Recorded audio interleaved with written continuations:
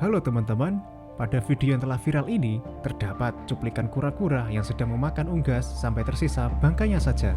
Padahal, seperti yang orang awam ketahui, kura-kura adalah herbivora atau memakan tumbuhan seumur hidupnya. Sebelum kita mengulas alasannya, mari kita bahas dulu jenis dan perbedaan dari reptil terkuat ini. Kenapa kok terkuat? Jelas saja, karena dari awal sampai hidupnya sudah membawa rumahnya sendiri. Kura-kura sebenarnya adalah nama umum dari hewan ini selain penyu. Pastinya, kalian kan sudah paham perbedaan kura-kura dan penyu.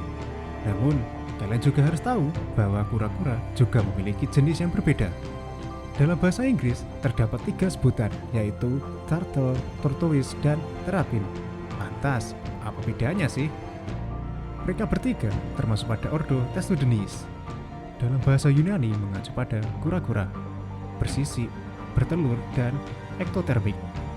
Ektotermik sendiri adalah hewan yang panas tubuhnya tergantung pada lingkungan. Suhu tubuh hewan ektoterm cenderung berfluktuasi.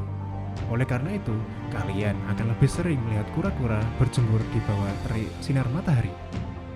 Perbedaan nama tersebut berdasarkan pada di mana dia hidup dan bagaimana dia memanfaatkan habitatnya. Yang pertama adalah turtle. Turtle sendiri adalah sebutan untuk kura-kura yang lebih banyak menghabiskan waktu hidupnya di air. Dia memiliki selaput di kakinya untuk berenang. Penyu juga termasuk di sini yang telah dirancang khusus untuk beradaptasi hidup di laut. Dengan kaki panjangnya, dia jarang sekali naik ke permukaan darat. Hanya sesekali ketika betina akan bertelur di bibir pantai. Sedangkan turtle yang lain hidup di air tawar seperti danau maupun sungai. Dia berenang sekaligus bisa memanjat menuju daratan untuk berjemur. Yang kedua adalah tortoise. Tortoise adalah sebutan untuk kura-kura yang hidup di darat. Umumnya diketahui pemakan semak, rumput, sampai kaktus. Tortoise tidak memiliki kaki berselaput sehingga mereka tidak bisa berenang. Kakinya berbentuk bulat dan kekar untuk berjalan di tanah. Dia hidup di habitat yang kering dan agak panas.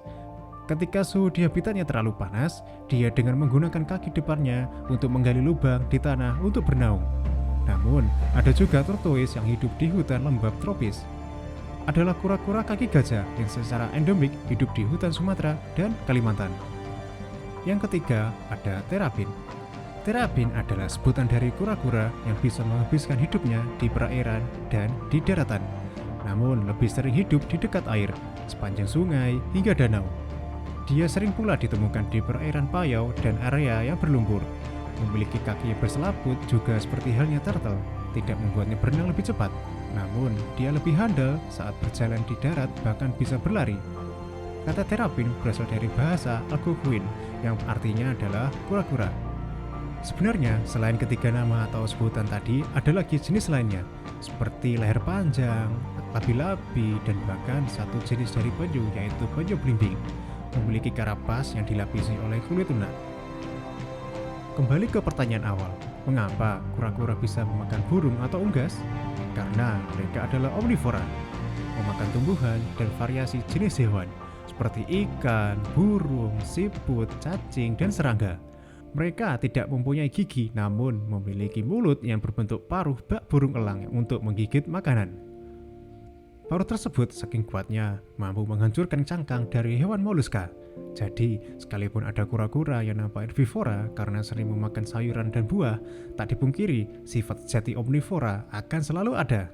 Terlebih, semakin besar ukuran tubuh mereka, maka akan sanggup memakan mangsa yang lebih besar.